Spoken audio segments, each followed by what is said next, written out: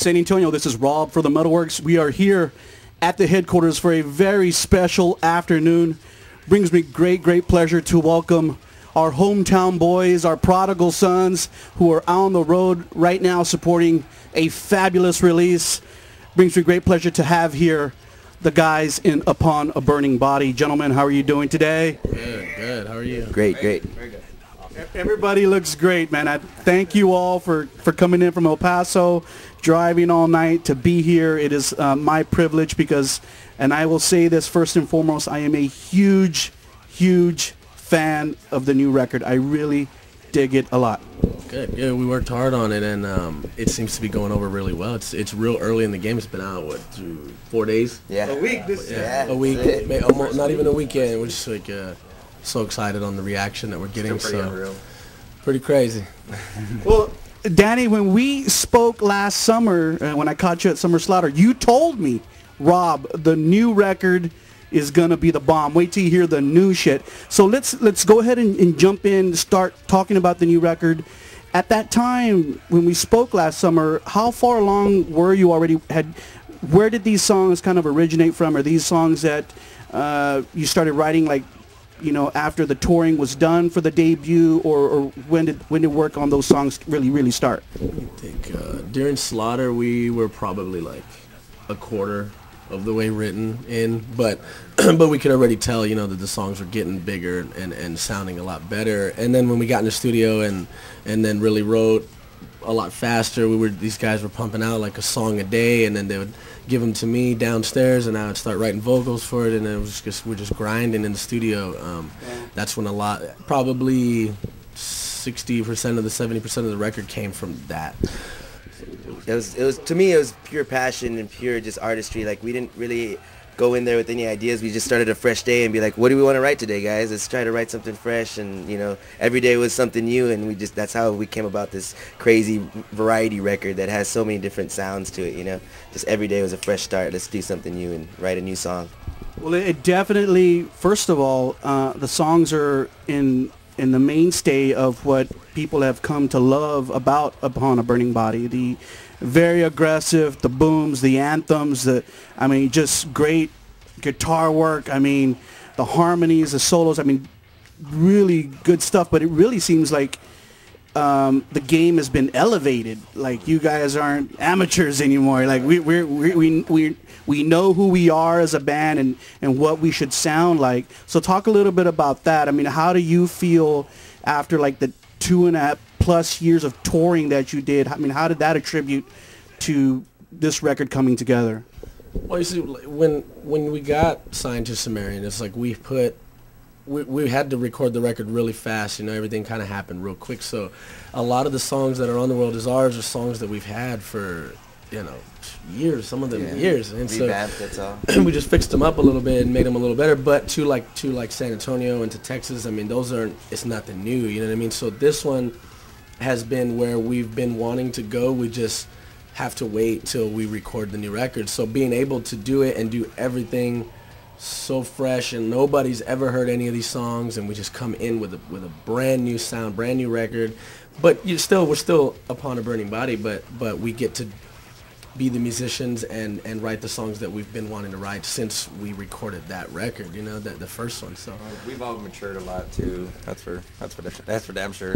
Talk a little bit about that, because I think a lot of times when I've worked with a lot of musicians over the years, and I've seen, you know, really guitar players develop and musicians develop. I mean, like Danny, your voice on this record has developed, and the guitar work is obviously developed, the songwriting has developed. So talk a little bit about that. I'm glad you said that.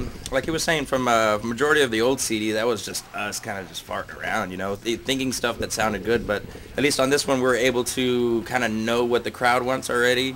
So with that, with the maturity, with better songwriting, we're able to pull out a pretty badass record, I think. And not only mature as musicians, but as people as well, like being humble, and like we all came from, like you said, the south side, the west side, like, you know, the hood, you know, in San Antonio. So we're very humble people, like, and I think that's what the crowd gets a lot from us. Like, they see that we're always chilling with the crowd, hanging out, like, hey man, let's go party, let's go have a good time, you know what I mean? And they take that, like, and they see it like that's badass, you know what I mean? I think you hit something very vital to the success of Upon a Burning Body, because I think when the young people out there who have known you guys from this town and have seen not only that a band can come from San Antonio and be successful here in town, but also, I mean, break the barrier and be a nationwide, a worldwide band soon. Like Upon a Burning Body, and you guys coming, you know, thank God, you know. San Antonio, man. You know, and you know, because it's it's a crazy world out there, you know, touring and living that lifestyle and traveling as much as you guys do, you know. But it's fantastic, and I think you guys offer hope to a lot of the young people in town who will never ever attain the success that you guys had. Let's talk about some of the songs on this record. I have many favorites. I know you guys put on Facebook like, what's your favorite song? So I have to ask, because a lot of people were saying, oh, Texas Blood Money is my favorite song. Talk a little bit about that track. I love how you started it out with the little thing. And that track's been in the works for a long time. It's been an idea that we wish we could have did on the first record, but I think it's good that we waited, you know, waited for the bigger record and the bigger sound to make those lyrics happen. And we all talked about it in the studios, like, you just want to do it, man. It's kind of the way Intermission happened. Like, we wanted to do a party song. We were like, I don't know. And it was like, let's just do it. Boom, it just blew up. You know what I mean? And then this one was like, I think we have to do it, man. It's like, the second record, you want to wait till the third? What do you think? Like, nah, let's do it now. And then you know, I wrote my ass off about how I feel about the state and how I know we all feel, you know, and I kind of spoke for all of us and put that out there. And good thing we're not from Wisconsin. Never worked out. Right. I mean, when you come from the biggest state in the country, aside from, you know, whatever, like Alaska, but the biggest real, like, you know, state in the country, I mean, I think it's only appropriate. And when you have that state backing you up the way ours does, it would be almost disrespectful for us not to do it. So we did it. Yeah, we're Texas all day, so we had to put that out there, and everybody likes it so far. We haven't played it yet, but soon. Wait till you see the stage setup too. It's totally themed out. Very awesome with the record. Yeah. And then the record, you have the records in the. I saw the Texas flag with the green. Yeah. We put a little twist on it. So my favorite song, I like all of them really, but I think the song that I really, really dig is Desperado. Okay. I love the way that song starts out, man. Wow, it's like the guitar coming in.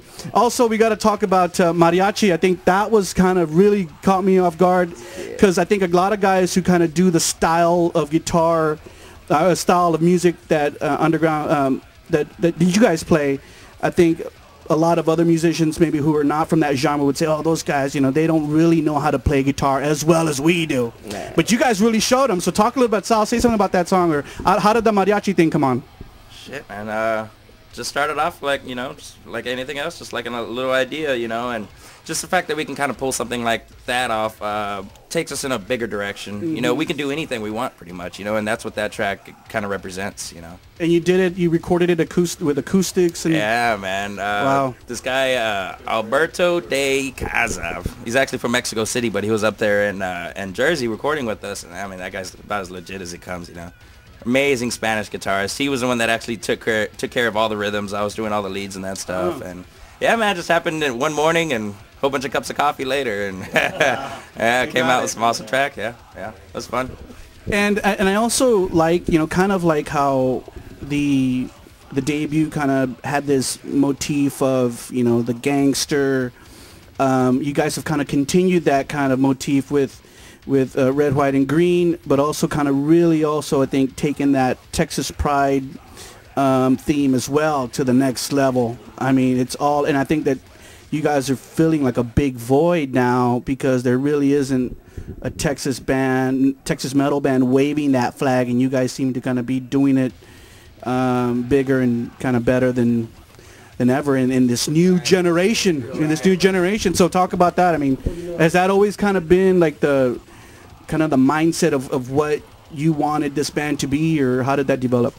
I mean, that's been the mindset since pretty much day one, because as a local band, we came up in the scene so fast because whatever the reason was, the right time, the right style, didn't matter. The fact that we're all in other bands before too. Yeah, just whatever happened, and the state, we were able to go to out of the city to play a lot faster than we thought we could. So we connected with the state real fast, and we feel, you know, we've always taken, and we're not trying to bash anybody that comes from here or anything, but we don't feel, how you said, that anybody has waved that flag since Pantera did, and it's a little upsetting to us. You know, we'll see bands who have come out and they don't represent the state like they should. Some good Texas bands. There's been some good ones, but they don't put it out there like that. I mean, they're just like, yeah, I'm from Texas, you know, like whatever. The ones we've seen, I mean, there's been some cool ones, you know, that do okay, but not like we doing it. You know what I mean? I think, you know, and this is what I would think, you know, if I was like kind of the,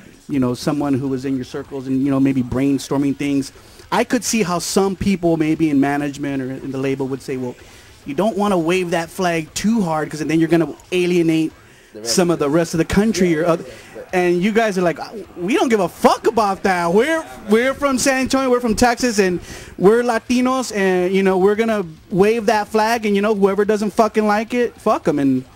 But it seems like everybody else is rolling with it. Well, I mean, you know, it's like there's a line. I mean, you could like. You know, in other genres, you get like, you know, Dr. Dre and Tupac have a song about California love and take it across the world, and everybody sings it. You know, Jay-Z with Alicia Keys, New York, and it's on the radio here. And they say, hey, if you can do that, we can do it too, because we are proud of where we come from, and we don't talk bad or we don't say that it's better. We're just proud to be from where we are, and we're going to bring you a little piece of that everywhere we go. You know what I mean? And that's all we're doing, is bringing you a piece of the party that we do in Texas and take it worldwide, you know? And you get that title. You're a Texas band, and other people outside of Texas are like, oh, you're from Texas. You know, it kind of puts in that little. Even kids in Canada are freaking out. Yeah. You know? We got people in Canada wearing "Don't Fuck with Texas" shirts, and people all over the country wearing "Don't Fuck with Texas" shirts. Also, I want to talk about the production on this record because, of course, I have both albums on my iPhone and I have my headphones on. And I'm listening to them. When Red, White, and Green comes out, it's like I got to turn it down because it turns louder. Yeah. So let's talk about the production. Sounds great. I mean, everything. I mean, I've listened to the record a million times already, and almost every time I hear the songs, I'm always hearing something new. So who worked on the production with you and things like that? Well, it's the same guy, Will Putney. He just it was just he's been doing a lot of great bands since our first record, so he's obviously got a lot better. Not that he wasn't good already, because the first record's amazing, but this one is like, not only were we able to be fortunate enough to work with him again, but become better friends with him through the 2 years of touring off of The World Is Ours record. And you know, we'd go to Jersey, we'd go to New York, we'd go to his house, party out, hang out. He'd come to the shows, so we just built a better friendship with him. So there was even more of an emotional attachment with us coming in to record with him and saying like, we really just want to do it with Will, you know, and going through some things, and you know how every industry, when you're in there, you're gonna run into some snags, you know, and it happens. But at the end of the day, we're fortunate enough to be able to do the entire record with him, front to back, and he just murdered it. Like he really outdid himself. He's at the top of the game, like for this music. To me, it seems like he's like on the same page as Sumerian. Like Sumerian leads a modern, like futuristic, almost modern sound in music, and same thing with him and his recordings. Like to me, his recordings sound like the modern new recording. Like I hear other records that have come out this year, and it just doesn't even touch his recordings. His recordings just blow everything out of the water. You know, it's very intense. Super lucky we get him. Yeah, we got him at the right time too. Yeah. Is he you know, as an up and comer in that part of the music industry, is he kind of like a young guy like you guys, or is he an older guy? I think he's like a little bit older than us. Like, yeah, a little barely older than us. He's fresh, yeah. Well in tune with everything, you know what I mean? He also plays guitar for a band called Fit for an Autopsy, so if you guys get a chance, make sure to look him up. Plug it. Super heavy. Yeah, Nate Johnson actually did guest vocals on it, which is like an amazing vocalist that we've all listened to since his early bands, and to have him on the record, it means a lot to us, you know. To have all the people that we have on the record, but Nate, it was real special for us to get. Yeah, I'm glad you mentioned that, because that was going to be one of my next questions. You guys had some guest people. Talk about why you chose like Nate and the other two guys who were on the record to be part of it. Well, we got Franz from Attila, and we had the idea with him, and then, you know, I talked to him on the phone, and he's just a real nice guy, you know, top to bottom, and we got to meet him on some of the Texas Fest that we did, and he's like super great dude. It's just, and his band is awesome. His band Attila is really hot right now, and it made sense to get him, and we were fortunate enough to meet him and find out how great of a guy he was, so it helped. And then Johnny from Winds of Plague, we had toured with them on the December Decimation, met him, and and he helped us a lot during that tour, and they were real nice to us, and trying to take care of so it was kind of like a friendship that we built, and kind of just like joked around about it one day, like, you want to be on the new record? And he's like, yeah, it's like, so we just got that, and we're lucky enough to be able to land those, and we had to get them in a short amount of time, so we wish we could have got more, but at the same time you don't want to overdo it with guest vocalists, so we feel we got 3 real strong guys, and we're happy, they kill the parts, and we're happy. Turned out awesome. Yeah. When the debut first came out, I think a lot of people were kind of new to Sumerian. Now they seem to be better establishing themselves with you guys and with Asking Alexandria, who are doing very well. And it seems that they're putting forth great effort in the promotion of the band and all the back end stuff, like in the magazines and online, and they're doing a lot of things that they should be doing as a label, a smart label, to promote a band that really has the potential like you guys. So I think I'll ask this question in 2 parts. One, talk a little bit about how the relationship with Sumerian started, because I think there's this big secret out there, like, oh, well, how did Upon a Burning Body get signed? Because a lot of times I know that bands not only have to be great bands and good bands, but there has to be a little bit of luck too involved. So how did the deal with Sumerian, or the relationship, build? And then how do you feel about the label now? Is this a label that you feel like, we're going to maintain this relationship for as long as it's feasibly possible, and then if we get picked up by a major or a better offer comes along once our contract's done, then we're going to move on? Or how do you feel about that? Let's see. They did a thing. They're doing it again for Mayhem this coming year, and it's called Headbang. Headbang for Highway. I always forget how to pronounce it, but we entered that. It costs like back in the day, it cost like $30 or something. It was 2008. We entered that, and you played contest shows in San Antonio with the local bands, and you get judges and whatever, same old. We won the city. We played 2 shows, won both of them. So we're the band that was gonna go from San Antonio. There was 12 other cities, I believe, or 11 other cities across the nation. They all did the same, and then all those bands went to the SoCal Death Fest and played on the side stage, which the owner from Sumerian, Ash, was there, and there's a lot of other guys that are involved in Sumerian were there judging, and we ended up winning that too, Wow. But under no circumstances did it say in the contest that you will get a record deal. It just says like you'll win some prizes, you get some money, maybe get a live music video. Like you'll get a tour with the Sumerian band and stuff, which we got all that.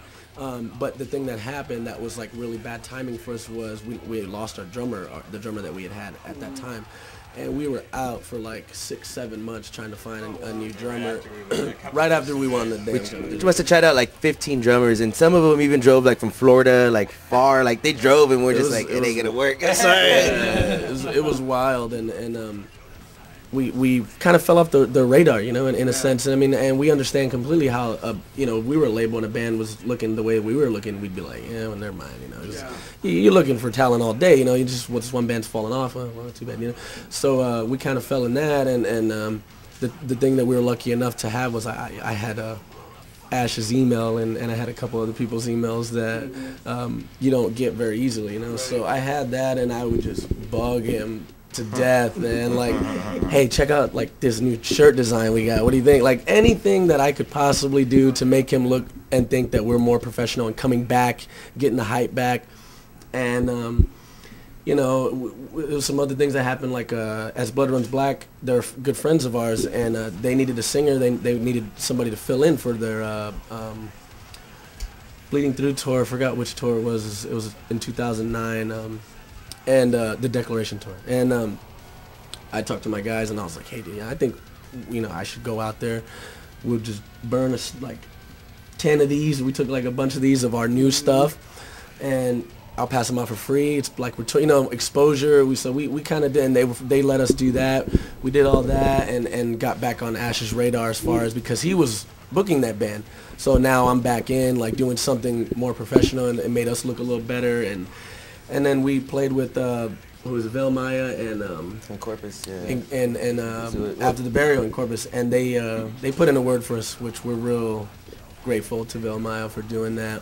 And you know, we had that new recording, and I gave it to Ash, and it's like continuing the knock on the door, you know, and finally he was like, you know, Bill, might put in a good word for you. I've been keeping an eye on you guys, so we're gonna offer you a deal, you know, like, and it's just 2 years later. 2 years after the contest. Yeah, because we fell off bad. Plenty You of know? new songs written, just kept the material fresh and stuff. And so we you know, got that deal, and we landed our booking agent during that time that I was doing the vocals for His Blood Runs Black. Our booking agent JJ helped find our management, and helped with the label and getting the contracts together and doing all that, and you know, we got it, and we looked at it, and we just, let's go, baby, you know. And it's been nonstop now for, I mean, how long? Since 2009, 2010. Yeah, probably when it That's started like, kicking like in. it's 2 years. The tortoise, man. It's been like slow and steady, but increasingly, it's getting better and better every day. You know. I'm glad we didn't jump up and just like blow up out of nowhere, because you know it feels like we've worked hard to get where we are, and we're very proud of it. You know what I mean? It's awesome. Yeah, appreciate it. Yeah, a lot more. Yeah, Work exactly. their asses off to get to this fucking point. And obviously, let's talk about the touring. I know you guys have some great things coming up this summer. What's happening this summer or over the rest of this year? Well, currently we're doing the Sumerian tour season 2 with I the Breather and Betraying the Martyrs. Right after this, we have a European tour, which is our first one we're real excited about, with us, For the Fallen Dreams, Icy Stars, and The Word Alive. And then we're supposed to come back, and while we're over there, we have the Download Fest that's over there, Slam Dunk festivals. So we're like, come on, like, you know, it's like crazy to do that our first time over, you know, and so we're looking forward to doing that. Then we're supposed to come back to the States and do the Mayhem Festival, which Slipknot is the headliner, Slayer's there, Motorhead, and you know, Asking Alexandria, The Devil Wears Prada, Whitechapel, As They Dying, stuff like that. Everybody. So we're super excited. I the Breather is going to be on there with us too. So we're real excited about that, to be able to do that. And as far as being announced tours, that is as far as I think that's as far as we go for now. But we got some other ones. Bigger and exciting things. Yeah, definitely. I'm a big fan of this record, and I feel very honored to be like one of the first people to interview you on video to discuss Red, White, and Green. We're honored to be in front of you, man. Known you for a while, brother. I love the record. Been listening to it like since I got it. But there's a lot of people out there, not only fans but peers, who have really praised this record as well. And one of the people that we were talking about earlier is Matt Heafy from Trivium. I read the review that he wrote on his Kichi Chaos blog thingy, and he just totally like nailed it. And I even commented, I said, Matt, I said, you know, guy, you know, you, because I think highly of Matt Heafy as a guitarist and his band.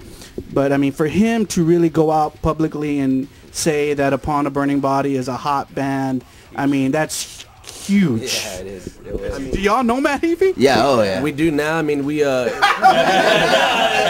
we're fortunate enough. We did about a week with the Still Reckless tour with Asking Alexandria was the headliner, and Trivium was direct support for them. And we were fortunate enough for our label to let us get on that for a little bit. So we played, and we were just like, I mean, obviously, Asking Alexandria is murdering everything that they come in front of, you know, and Trivium's been doing it for years and years. So And they were opening up for Asking Alexandria, right? When I heard that, I was kind of like, yeah, a lot of people, yeah. But I mean, I think they're tapping into a different scene, so it's like, you know, it's kind of yeah.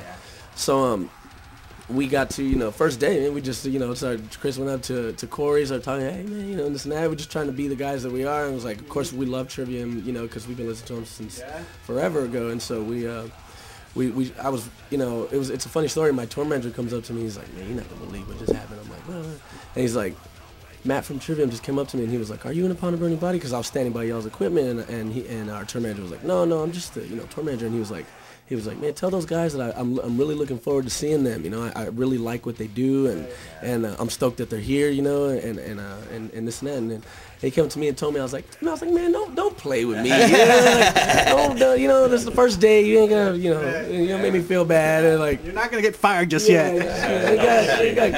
Nobody believe. And then I'm walking with him. and Matt's coming, and then Matt, like, we lock eyes, and he knows I like his band, and he has to know, so we shake hands, and he told me, he was like, I'm really looking forward to this. I was like, I can't believe you're saying that. Like, we're looking forward to seeing you guys, like, and being here with y'all, and then from then on, I mean, they were just like, yeah, come on the bus, hang out, you guys want to drink beer, you can bring it on the bus, we'll hang, and we did, we were like, first date, we're like, hey, what's up? Knocking on the door. We were at 240 ounces. We're like, Texas style, motherfucker. I got my malt liquor. Yeah, we got our OEs. OEs, yeah. So I hope you guys didn't scare him off or anything. No, it was a great experience, and awesome, man.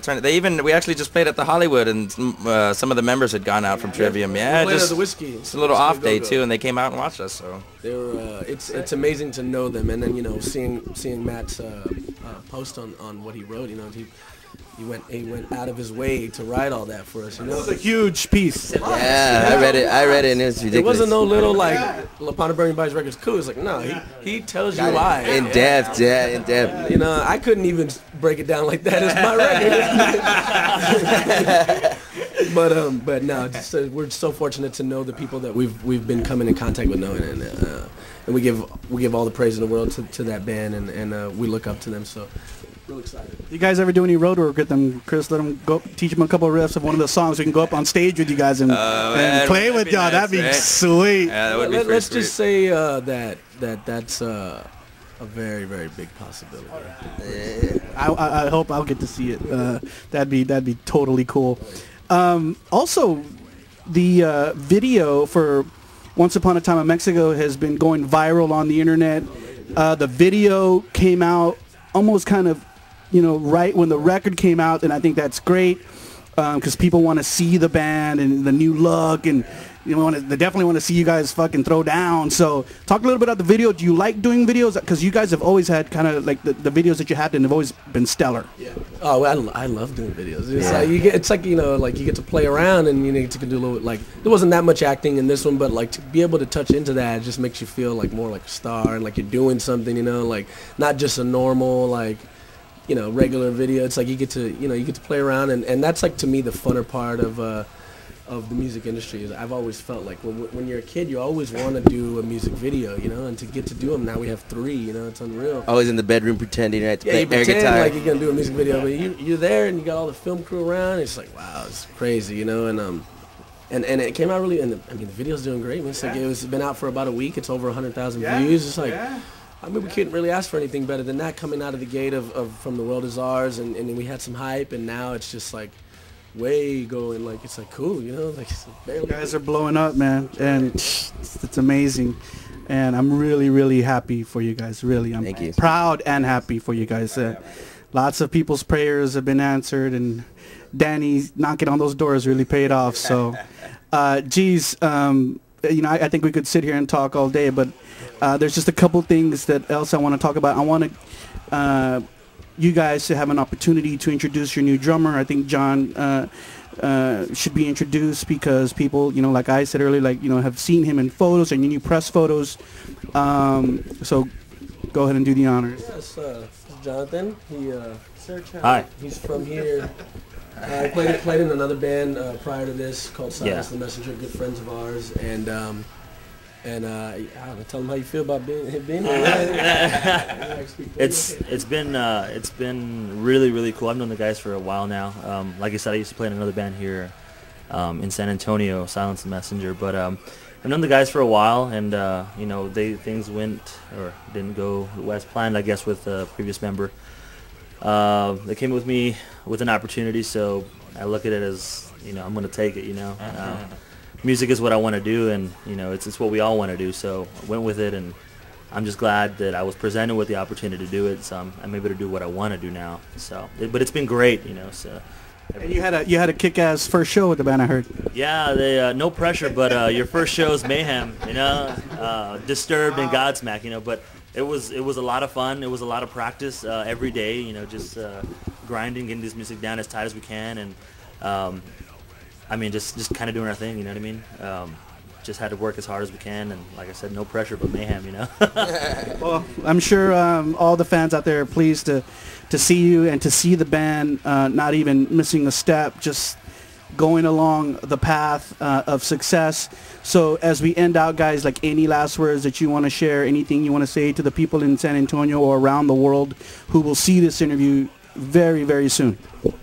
Just, the new record, Red, White, and Green, is out. So, pick it up and we thank all the fans. We thank Sumerian for pushing it as hard as they have and believing in the record the way they do and believing in us. And we did the best we could, and we feel that that record should change a lot of things. So pick it up. It's out, and it should be out in a store near you. So get it. Tell us what you think.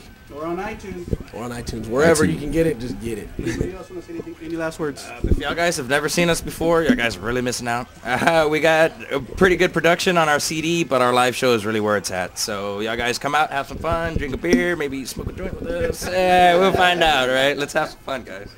Remember, San Antonio, you saw the band that represents us here in San Antonio and Texas, all around the country and the world. How can you forget the name Upon a Burning Body? Be sure to go out and pick up their new CD. Look for them online. It's called Red, White, and Green. You saw them only right here on Rob's MetalWorks.